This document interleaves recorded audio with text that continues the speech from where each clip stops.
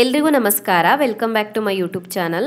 ಇವತ್ತಿನ ವಿಡಿಯೋದಲ್ಲಿ ತುಂಬಾ ಟೇಸ್ಟಿಯಾಗಿ ಮೊಟ್ಟೆ ಕೋಳಿ ಸಾಂಬಾರನ್ನು ಯಾವ ರೀತಿ ಮಾಡೋದಂತ ತೋರಿಸ್ತಾ ಇದ್ದೀನಿ. ಮೊಟ್ಟೆ ಕೋಳಿ ಸ್ವಲ್ಪ ಗಟ್ಟಿಯಾಗಿದ್ರೂ ಕೂಡ ಸಾಂಬಾರು ಮಾಡಿದ್ರೆ ತುಂಬಾ ಟೇಸ್ಟಿಯಾಗಿ ಬರುತ್ತೆ. ಸೊ ನಾನಿಲ್ಲಿ 1 kg ಆಗೋಷ್ಟು ಮೊಟ್ಟೆ ಕೋಳಿನ ತೊಗೊಂಡಿದ್ದೀನಿ. 1 kg ಆಗೋಷ್ಟು ಮೊಟ್ಟೆ ಕೋಳಿನ ಕ್ಲೀನ್ ಮಾಡಿಬಿಟ್ಟು ರೆಡಿ ಮಾಡಿ ಇಟ್ಕೊಂಡಿದ್ದೀನಿ. ಫಸ್ಟಿಗೆ ಮಸಾಲೆ ರೆಡಿ ಮಾಡ್ಕೊಳ್ಳೋಣ. ಒಂದು ಬಾಣಲಿನ ಕಾಯಿಸಿ ಅದಕ್ಕೆ 1 ಚಮಚ ಆಗೋಷ್ಟು ಎಣ್ಣೆ ಹಾಕ್ಕೊಂಡು ನಂತರ ಅದಕ್ಕೆ 4 ಬ್ಯಾಡಗಿ ಮೆಣಸಿನಕಾಯಿನ ಸೇರಿಸ್ಬಿಟ್ಟು ಮೀಡಿಯಂ ಫ್ಲೇಮಲ್ಲಿ ಫ್ರೈ ಮಾಡ್ಕೊಳ್ಬೇಕು. ಮೀಡಿಯಂ ಫ್ಲೇಮಲ್ಲಿ ಒಂದು 2 ನಿಮಿಷ ಹುರ್ಕೊಳ್ಳಿ. ನಂತರ ಇದಕ್ಕೆ 2.5 ಚಮಚ ಆಗೋಷ್ಟು ಧನಿಯಾ ಕಾಳನ್ನು ಹಾಕೊಂಡಿದ್ದೀನಿ. 1/4 ಚಮಚ ಆಗೋಷ್ಟು ಜೀರಿಗೆ ಮತ್ತೊಂದು ಅರ್ಧ ಚಮಚ ಆಗೋಷ್ಟು ಕಾಳುಮೆಣಸನ್ನು ಹಾಕೊಳ್ಬೇಕು. ಹಾಗೆಯೇ ಗರಂ ಮಸಾಲೆ ಐಟಮ್ಸನ್ನು ಹಾಕೊಳ್ಬೋದು. ಇಷ್ಟ ಇದ್ದರೆ ಹಾಕೊಳ್ಳಿ. ಗರಂ ಮಸಾಲ ಫ್ಲೇವರ್ ಇಷ್ಟ ಇಲ್ಲ ಅಂದರೆ ಸ್ಕಿಪ್ ಮಾಡ್ಬೋದು.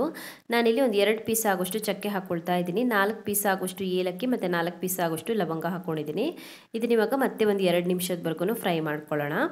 ನಂತರ ಅದೇ ಬಾಣಲಿಗೆ ಮತ್ತೆ 1 ಚಮಚ ಆಗೋಷ್ಟು ಎಣ್ಣೆ ಹಾಕೊಂಡು ಇದಕ್ಕೆ ಇವಾಗ ಒಂದು ದೊಡ್ಡ ಸೈಜ್ನ ಈರುಳ್ಳಿನ ಹಾಕೊಂಡಿದ್ದೀನಿ ಕಟ್ ಮಾಡಿಬಿಟ್ಟು. 1 ಇಂಚ್ ಆಗೋಷ್ಟು ಶುಂಠಿ ಮತ್ತೊಂದು 10-12 ಎಸ್ಲು ಆಗೋಷ್ಟು ಬೆಳ್ಳುಳ್ಳಿ ಹಾಕೊಳ್ಬೇಕು.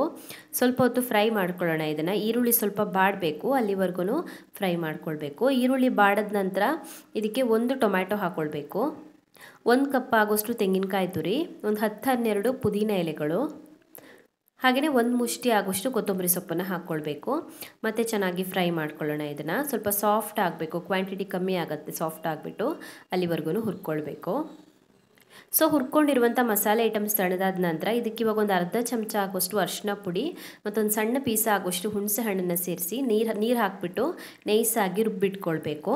ನಂತರ ಒಂದು ಪಾತ್ರೆನ ಕಾಯಿಸ್ಬಿಟ್ಟು ಅದಕ್ಕೆ 3-4 ಟೇಬಲ್ ಸ್ಪೂನ್ ಆಗೋಷ್ಟು ಎಣ್ಣೆ ಹಾಕ್ಕೊಳ್ತಾ ಇದ್ದೀನಿ.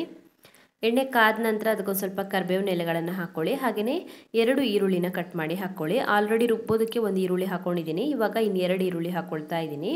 ಸೊ ಸ್ವಲ್ಪ ಹೊತ್ತು ಫ್ರೈ ಮಾಡ್ಕೊಳ್ಳೋಣ. ಈರುಳ್ಳಿ ಸ್ವಲ್ಪ ಸಾಫ್ಟ್ ಆಗಲಿ, ಅಲ್ಲಿವರೆಗೂ ಫ್ರೈ ಮಾಡ್ಕೊಳ್ಳೋಣ. ಈರುಳ್ಳಿ ಸ್ವಲ್ಪ ಫ್ರೈ ಆಗ್ತಿದ್ದ ಹಾಗೆಯೇ ಇದಕ್ಕೆ ಇವಾಗ ಮೊಟ್ಟೆ ಕೋಳಿನ ಸೇರಿಸ್ಕೊಳ್ತಾ ಇದ್ದೀನಿ. ಮೊಟ್ಟೆನ ಹಾಕ್ಕೊಳ್ಬೇಡಿ. ಮೊಟ್ಟೆ ಕೋಳಿನಲ್ಲಿ ಮೊಟ್ಟೆ ಇದ್ದರೆ ಅದನ್ನ ಸಪ್ರೇಟಾಗಿ ಎತ್ತಿಟ್ಕೊಳ್ಳಿ, ಮತ್ತು ಕೊನೆಯಲ್ಲಿ ಹಾಕ್ಕೊಳ್ಳೋಣ, ಅದು ಕರ್ಗೋಗುತ್ತೆ. ಸೊ ಫಸ್ಟಿಗೆ ಮಾಂಸ ಮಾತ್ರ ಹಾಕ್ಕೊಳ್ಬೇಕು. ಸ್ವಲ್ಪ ಹೊತ್ತು ಚೆನ್ನಾಗಿ ಮಿಕ್ಸ್ ಮಾಡ್ಕೊಂಡ್ಬಿಟ್ಟು ಇದನ್ನ ಇವಾಗ ಮುಚ್ಚಿಬಿಟ್ಟು ಬೇಯಿಸ್ಕೊಳ್ಬೇಕು. ಸ್ವಲ್ಪ ಟೈಮ್ ತೊಗೊಳುತ್ತೆ ಬೇಯೋದಕ್ಕೆ, ಬೇಗನೆ ಬೇಯೋದಿಲ್ಲ ಇದು. ಒಂದು ಅರ್ಧ ಗಂಟೆ ಆದರೂ ಬೇಕಾಗ್ಬೋದು, ಕಡಿಮೆ ಅಂದರೆ ಒಂದು ಅರ್ಧ ಗಂಟೆ ಆದರೂ ಬೇಕಾಗ್ಬೋದು. ಮುಚ್ಚಿಬಿಟ್ಟು ಬೇಯಿಸ್ಕೊಳ್ಳಿ.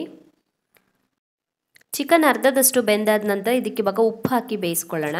ರುಚಿಗೆ ತಕ್ಕಷ್ಟು ಉಪ್ಪನ್ನ ಸೇರಿಸಿ ಚೆನ್ನಾಗಿ ಮಿಕ್ಸ್ ಮಾಡಿಬಿಟ್ಟು ಮತ್ತೆ ಬೇಯಿಸ್ಕೊಳ್ಬೇಕು. ಮತ್ತೆ ಮುಚ್ಚಿಬಿಟ್ಟು ಬೇಯಿಸ್ಕೊಳ್ಬೇಕು.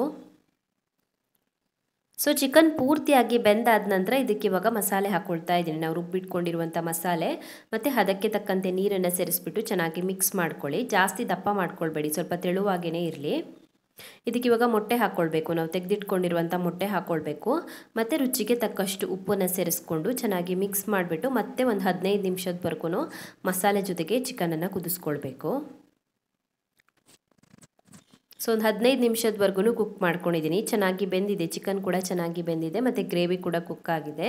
ಸೊ ರೆಡಿಯಾಗಿದೆ ಇದು. ಮತ್ತೇನು ಹಾಕಲಿಕ್ಕಿಲ್ಲ. ಸ್ಟವ್ ಆಫ್ ಮಾಡ್ಕೊಂಡ್ಬಿಟ್ಟು ಬಿಸಿಯಾಗಿ ಮುದ್ದೆ ಇರಲಿ, ಅನ್ನ ಇರಲಿ, ಚಪಾತಿ ಇರಲಿ, ಎಲ್ಲದಕ್ಕೂ ಕೂಡ ಚೆನ್ನಾಗಿರುತ್ತೆ. ಬಿಸಿಯಾಗಿ ಸರ್ವ್ ಮಾಡಿದ್ರೆ ಟೇಸ್ಟ್ ತುಂಬಾ ಚೆನ್ನಾಗಿ ಬರುತ್ತೆ.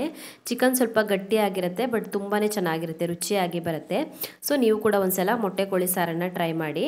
ನಿಮಗೆ ಈ ವಿಡಿಯೋ ಇಷ್ಟ ಆಗಿದ್ದರೆ ವಿಡಿಯೋಗೊಂದು ಲೈಕ್ ಕೊಡಿ, ಹಾಗೆಯೇ ಕಮೆಂಟಲ್ಲಿ ತಿಳಿಸಿ ಹೇಗಿದೆ ಅಂತ.